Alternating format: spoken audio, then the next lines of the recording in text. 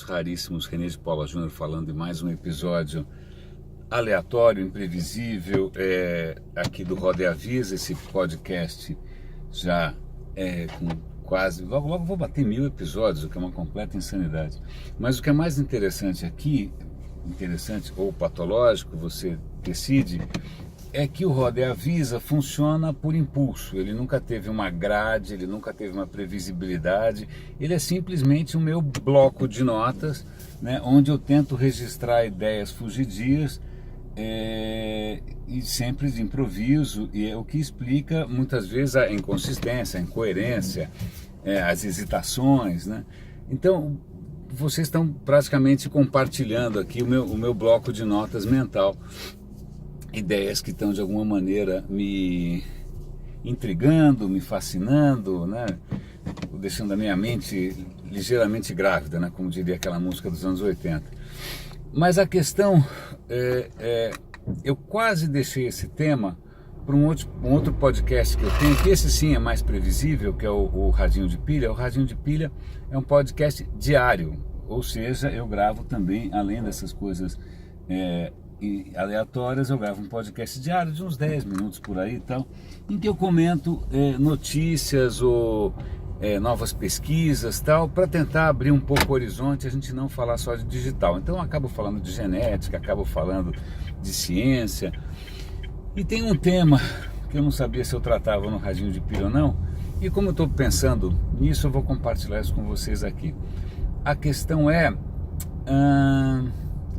tem a ver com genética, tem a ver com natureza humana, mas também isso implica em qualquer inovação ou ideia que você possa ter. Vamos imaginar que você queira construir, como eu vi recentemente, um exemplo bem legal, uma plataforma para que empregados ou funcionários sejam ou trabalhem mais, sejam mais felizes no trabalho, né? Então, a plataforma oferece uma série de funcionalidades, desde colaboração, gamificação. Mas aí tem uma coisa que é curiosa, esse sempre foi um tema que me fascinou. Colaboração online, ferramentas colaborativas, ferramentas de comunidade e tal. E por experiência própria, nem sempre boa, às vezes um pouco traumática, eu já percebi que algumas coisas parecem trazer à tona o pior das pessoas. Né? Então, como é que o meu grande desafio sempre foi como trazer à tona o melhor das pessoas. Não que eu tenha conseguido. Mas quando eu coloco essas duas preocupações, eu já estou pressupondo uma coisa aqui, que é isso, que é nesse ponto que eu quero chegar. Se eu digo que eu vou trazer à tona o pior das pessoas, eu estou pressupondo que as pessoas podem ter coisas ruins dentro de si. E isso não é uma coisa tão neutra assim. Isso pode provocar uma briga de foices entre profissionais de educação, profissionais de política, né? Existe uma natureza humana. Qual é a natureza humana? O que a gente pode esperar das pessoas? Numa outra iniciativa minha, que é um outro videoblog chamado Leia Vale a Pena, eu produzo conteúdo compulsivamente, é vero. Eu comentei um livro do Steven Pinker, que o Steven Pinker é um neuro alguma coisa, é um neurocientista, que está agora muito em destaque por causa de um livro chamado Iluminismo Agora, né? Enlightenment Now. Ele tem um outro livro anterior, cara, é um tolotão assim, mas que vale a pena ler, que chama Tábula Rasa. Tábula Rasa, eu comentei esse livro no Leia Vale a Pena, eu vou dar link aqui nos comentários aqui, caso alguém queira seguir as minhas dicas de livro, né? Ele faz um trabalho extenso nesse Tábula Rasa para tentar o quê? Desbancar um mito de que a gente nasça em branco. Tábula Rasa é uma expressão em latim. Em Roma você escrevia, quando você ia para a escola, você levava um tabletinho de madeira coberto de cera, que você riscava com um palitinho, então era um tablet literalmente. E quando você queria escrever de novo, né, se não dava para virar a página, o que você fazia? Você pegava uma espátula, raspava ou derretia aquela cera, né, e fazia o que? Tábula rasa. Começa do zero. Então existe, desde Rousseau, acho que a culpa talvez seja de Rousseau, o filósofo lá do iluminismo, a ideia de que nós humanos, perdão, minha garganta não está boa, nasçamos em branco. nós somos praticamente uma folha de papel, né? E aí o que nos torna assim ou assado é a sociedade, é a cultura. Então, se o homem é mau, é porque a sociedade o ensinou a ser mau. Então existiriam sociedades em que você só ensina as pessoas a serem boas. E aí nasce o mito do bom selvagem, aí você chora quando vê Yanomami, sei lá, essas coisas. E aí isso fez uma longa linha aí de pensamento, a história do bom selvagem, de que nós somos eminentemente bons. Isso se chocava um pouco com a visão cristã, né, do pecado original. Nós nascemos com um pecado dentro de nós, né? Tem vários pecados: gula, luxúria, cobiça, eu sempre esqueço, soberba, né? Que eu falo, não, você não nasce com nada, você nasce em branco, não enche o saco.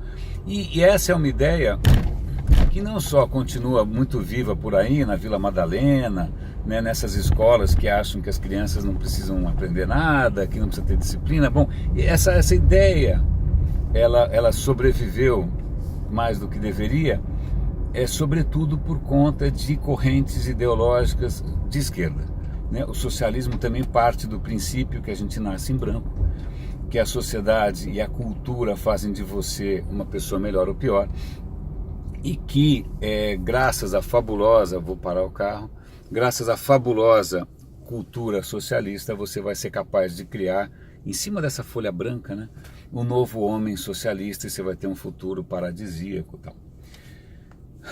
Estou colocando essa perspectiva política porque é isso que o Steven Pinker coloca no livro, que muita gente ainda insiste nessa questão da tábula rasa, de que a gente nasce em branco, por questões profundamente ideológicas. Eu mesmo, em algumas discussões no Facebook, já encontrei gente de esquerda dizendo o seguinte: não, se você pressupor que existe algum tipo de hereditariedade na natureza humana, né, que a gente não nasce em branco, você está abrindo as portas para o nazismo.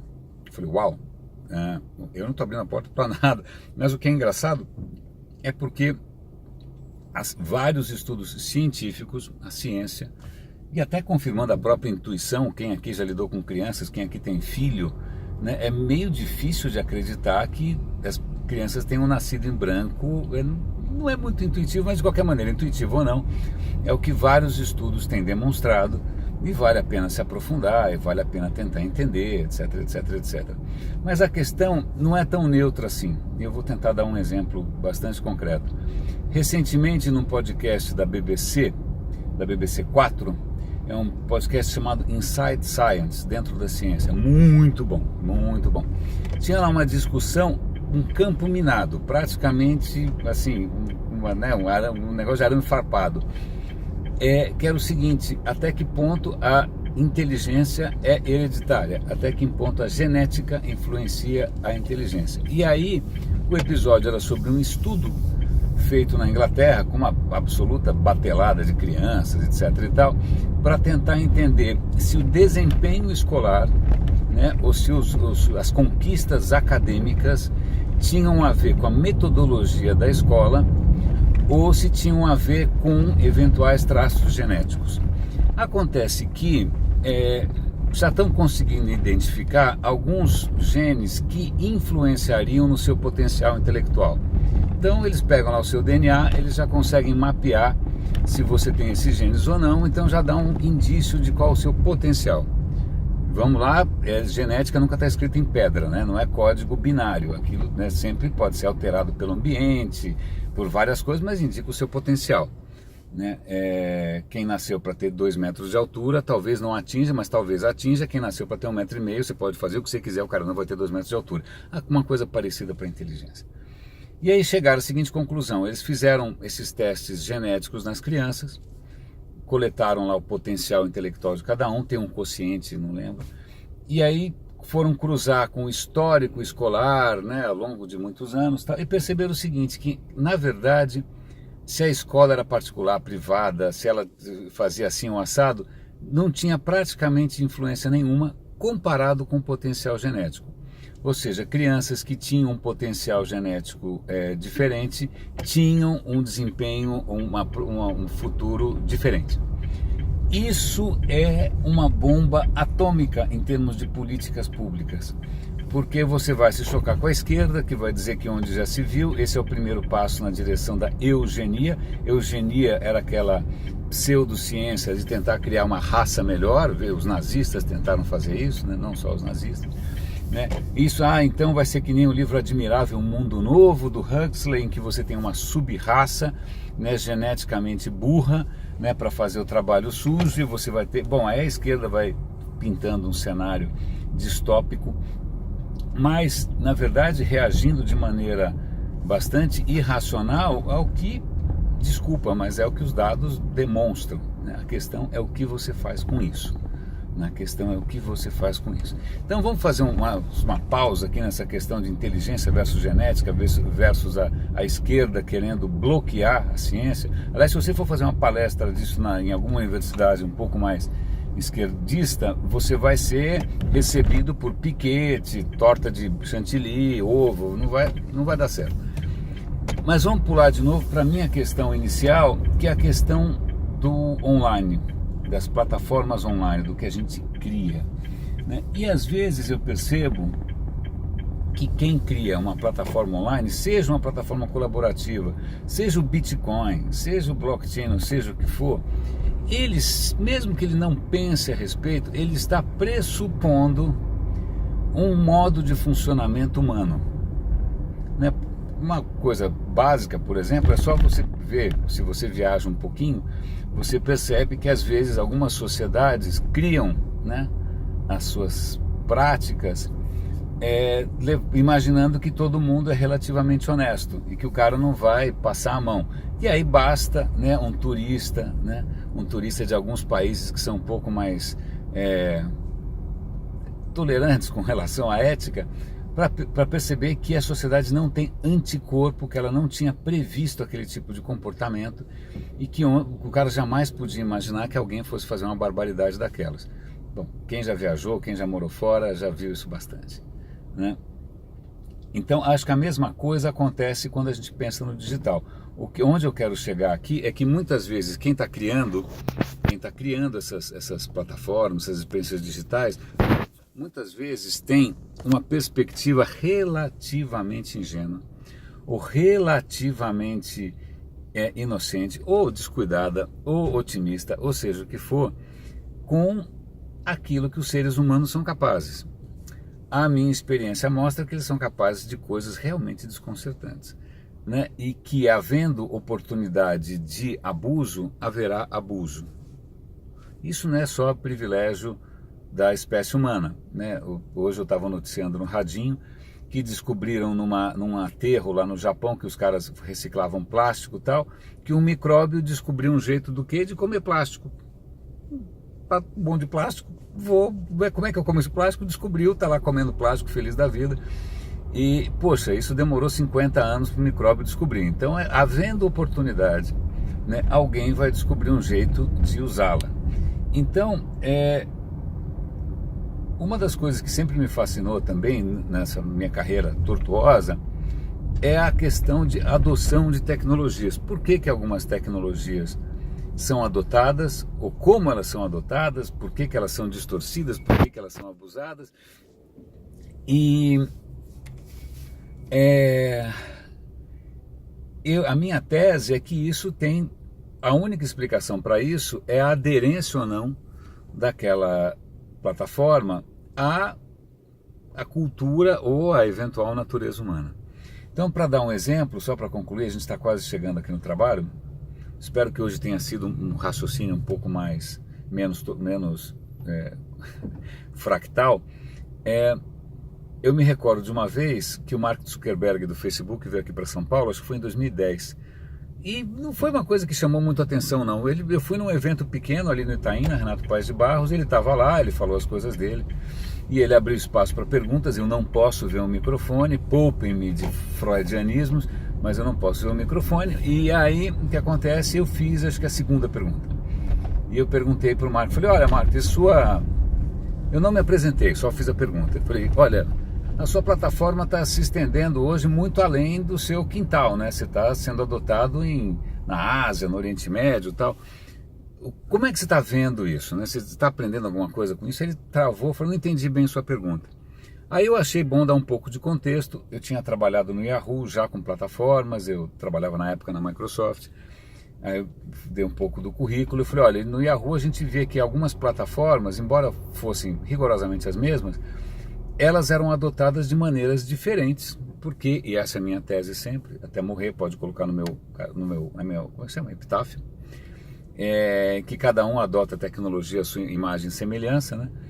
E aí eu falei, olha, é isso que a gente via. Ele travou e olhou para mim assim, meio desconcertado, e falou, olha, eu não acredito nisso, porque para mim todos os seres humanos são iguais, e se o produto for suficientemente bom, ele vai ser adotado da mesma maneira. Né? Então, você percebe que mesmo produtos que, né, fazem um sucesso danado, podem partir de perspectivas ou de hipóteses ou de fundamentos equivocados.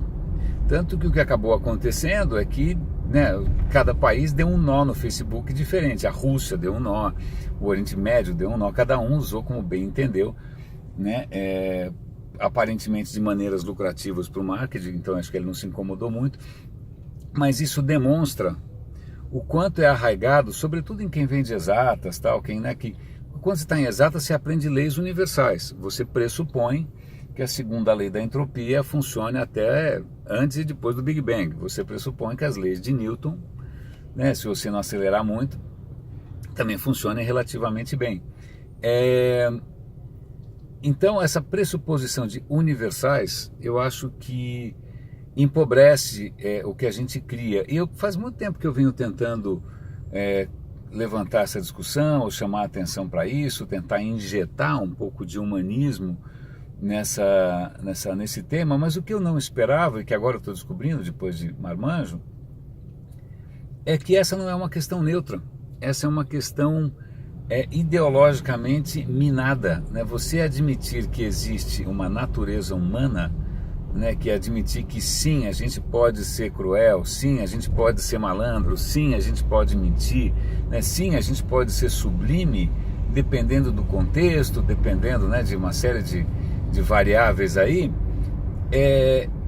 isso pode se chocar frontalmente com, cara, desde correntes acadêmicas, até partidos políticos, até políticas governamentais. Então, fica aqui essa reflexão que eu estou compartilhando com vocês, tudo isso a partir desse estudo recente na Inglaterra. Eu vou dar link também para uma reportagem que saiu hoje de manhã, sobre as implicações absolutamente explosivas, né, completamente incendiárias da questão de se inteligência é genética ou não. Raríssimos, espero que tenha valido a pena me acompanhar aqui no trajeto. De novo, falei aqui 18 minutos, eu vim devagarinho, eu moro perto do trabalho, sou um paulistano feliz.